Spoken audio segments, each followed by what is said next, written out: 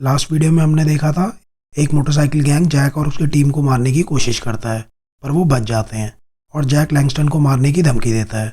और अब आगे इसके बाद जैक और डेविड के घर पे होते हैं। अब उसकी फैमिली को भी खतरा था, वो उन्हें सेफ रखने के लिए कहीं भेज रहे होते हैं। वहीं डिक्सन और नीली डेनवर में न्यू एजिस कंपनी की मैन्युफैक्चरिंग यूनिट में पहुंचते हैं। वहां उन्हें पता चलता है पूरी 650 मिसाइल्स अभी 10 मिनट पहले ही डिलीवरी के लिए निकली हैं। इसके बाद उस ट्रक को दिखाते हैं जिसमें मिसाइल्स हैं। आगे हजारी के आदमी होते हैं, वो उस ट्रक ड्राइवर को मार देते हैं।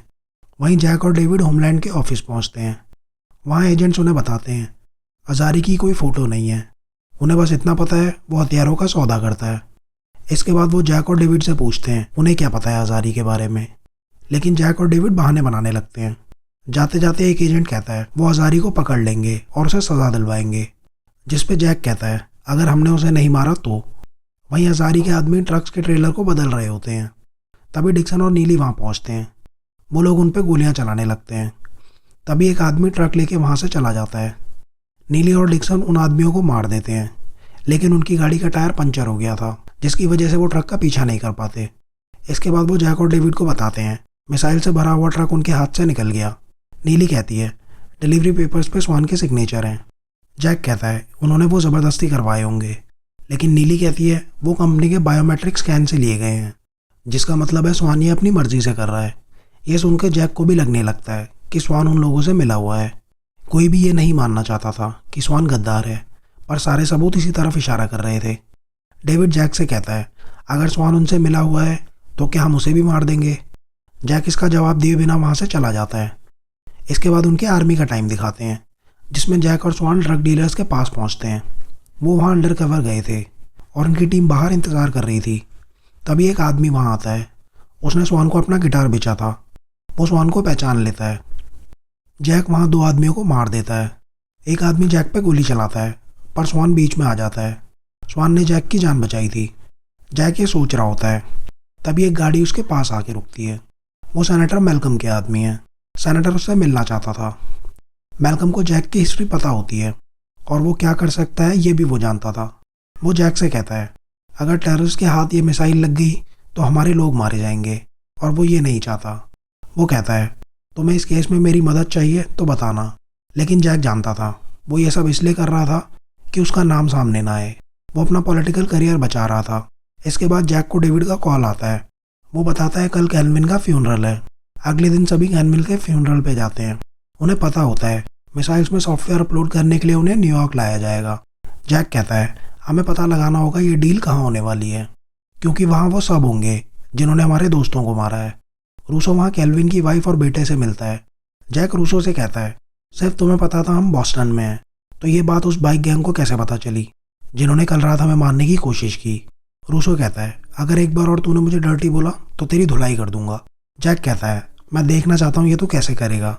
रूसो कहता है न्यू एजिस के जिन भी लोगों के नाम तुमने मुझे दिए थे वो सब पुलिस वाले थे और सबके सब करप्ट थे। उन पे इंटरनल इन्वेस्टिगेशन चल रही थी। इसके बाद उन सब ने न्यू एजिस कंपनी ज्वाइन कर ली। फ्यूनरल सेरेमनी चल रही होती है और इसके बीच जैक की नज़र एक शूटर पर पड़ती है। वो डिक्सन को बचाता है। वहाँ दो शूटर होते हैं। जैक और उसकी टीम उन्हें पकड़ना चाहते थे, पर वो लोग बहुत दूर होते हैं और उनकी हैंडगन्स यहाँ काम नहीं आ रही थी। तभी नीली उनमें से एक को मार देती है और दूसरा शूटर वहाँ से भागने लगता है। जैक उसका पीछा करता है।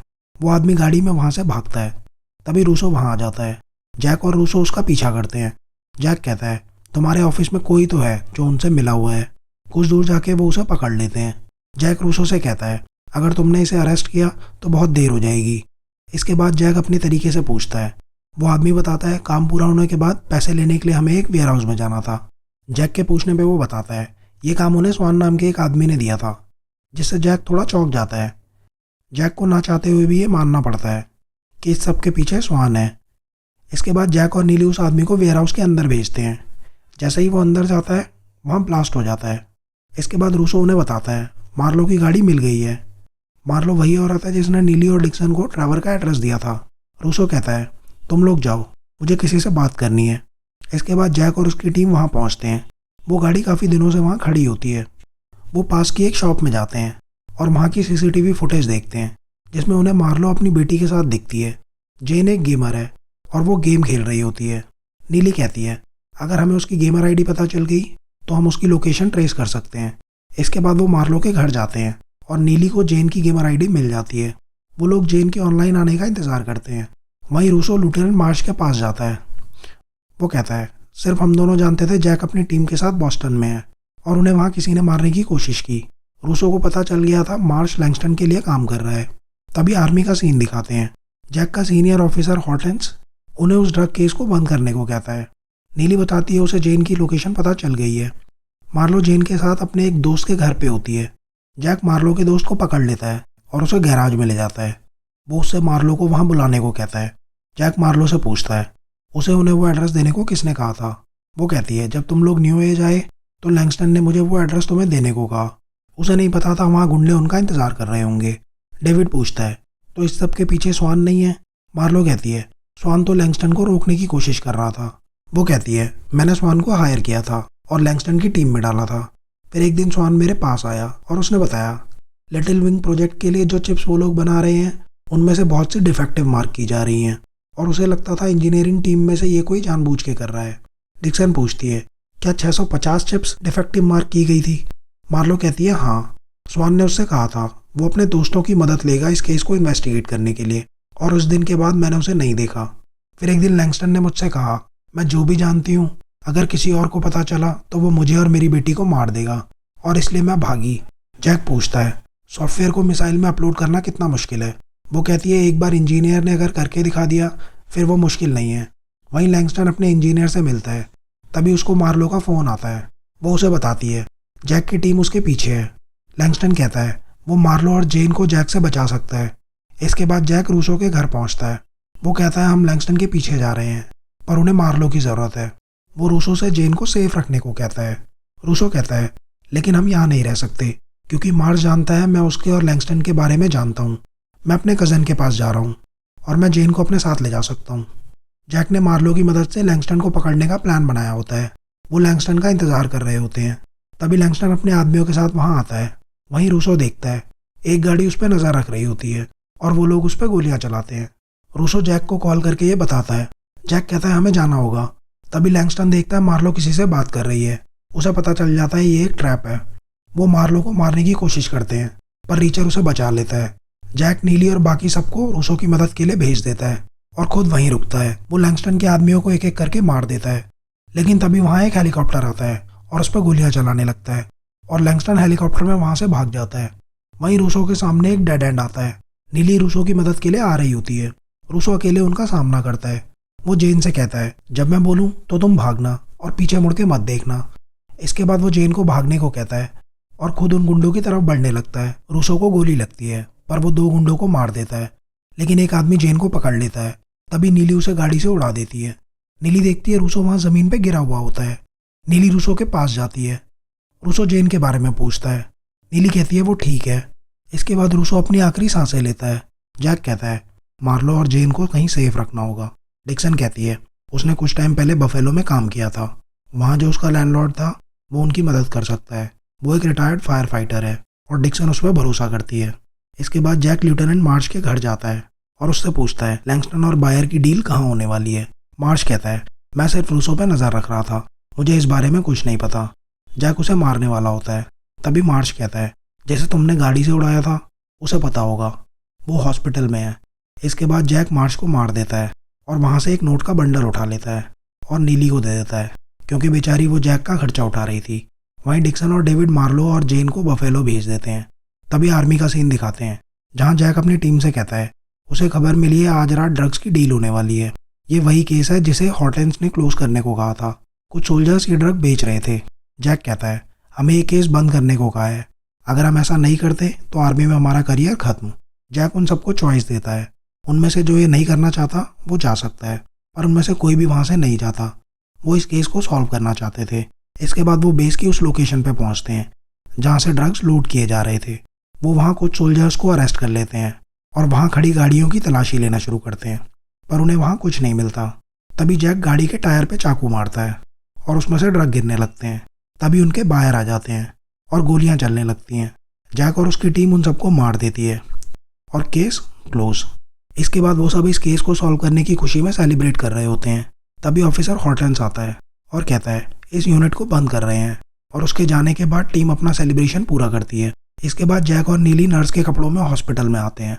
जैक उस आदमी से पूछता है लैंगस्टन बायर से कब मिलने वाला है और कहाँ।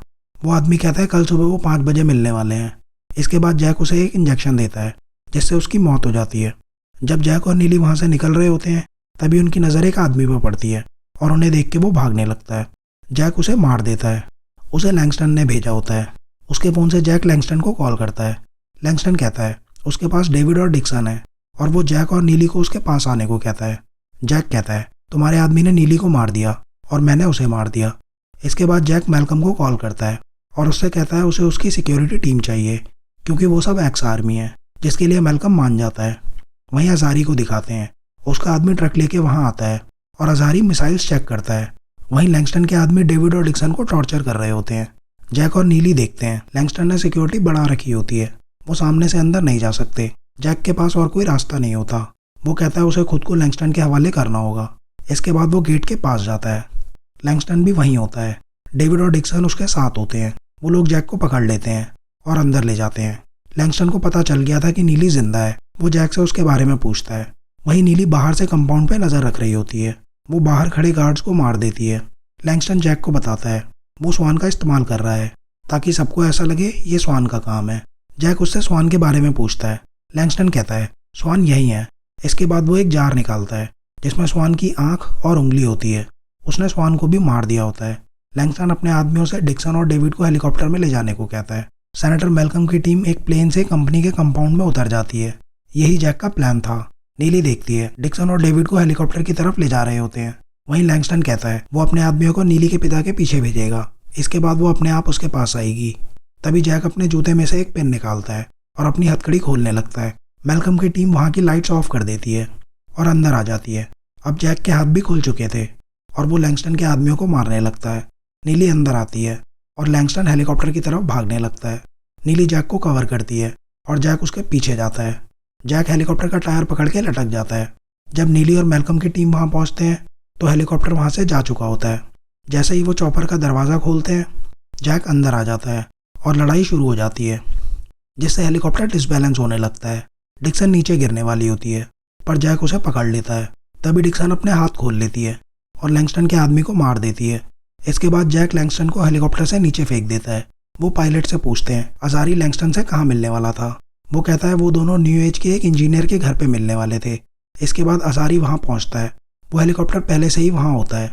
अज़ारी को लगता है लैंगस्टन उनसे पहले वहाँ पहुँच गया है। जैसे ही वो दरवाज़ा खटखटाता है नीली उसके आदमी को मार देती है और जैक उसे अंदर ले जाता है। वो कहता है तेरी वजह से हमारे दोस्त मारे गए और वो अज़ारी को गोली से भून देते हैं। वो इंजीनियर और पायलट मैल्कम की टीम के पास होते हैं। जैक उन्हें छोड़ देता है और वो लोग चॉपर में बैठ के वहाँ से जाने लगते हैं। तभी नीली वो मिसाइल लोड करती है और फायर कर देती है जिससे चॉपर के साथ वो दोनों भी खत्म हो जाते हैं। तभी मैल्कम की टीम जैक और उसके दोस्तों पे बंदूक तान देती है।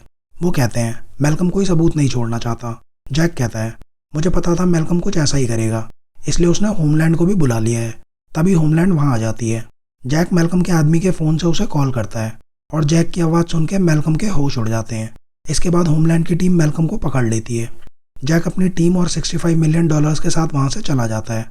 इसके बाद दिखाते हैं केल्विन की वाइफ को मेल में एक चेक मिलता है और रूसो के कज़न के बैंक अकाउंट में कहीं से $1 मिलियन आ जाते हैं। जैक ने मिलेना के अकाउंट में भी पैसे डाले होते हैं और उसने ऑरोस्को की बहन के लिए भी पैसे भेजे होते हैं। स्वान की तरफ से उसने एक डॉग शेल्टर को पैसे डोनेट किए होते हैं और नीली के पिता के लिए एक प्राइवेट नर्स रखी होती है। नीली उससे पूछती है ये क्यों किया तुमने। वो कहता है अब नीली को उसके पिता की चिंता करने की ज़रूरत नहीं है। उसने डेविड के बच्चों के नाम पे भी पैसे जमा किए होते हैं जो उनकी पढ़ाई के काम आएंगे और डिक्सन के नाम पे उसने एक नॉन प्रॉफिट कंपनी खोली होती है जिससे वो लोगों की मदद कर पाएगी। डेविड पूछता है तुमने अपने लिए क्या लिया। जैक कहता है मुझे एक टूथब्रश लेना है। जैक ने अपने लिए सिर्फ एक बस का पास लिया होता है जो कि $1980 का था, जिससे वो पूरे 1 साल तक बस से देश में कहीं भी जा सकता है। और यहीं खत्म होता है रीचर वेब सीरीज़ का दूसरा सीज़न। कैसी लगी ये सीरीज़ आपको कमेंट्स में ज़रूर बताना। मिलते हैं नेक्स्ट वीडियो में किसी और कहानी के साथ।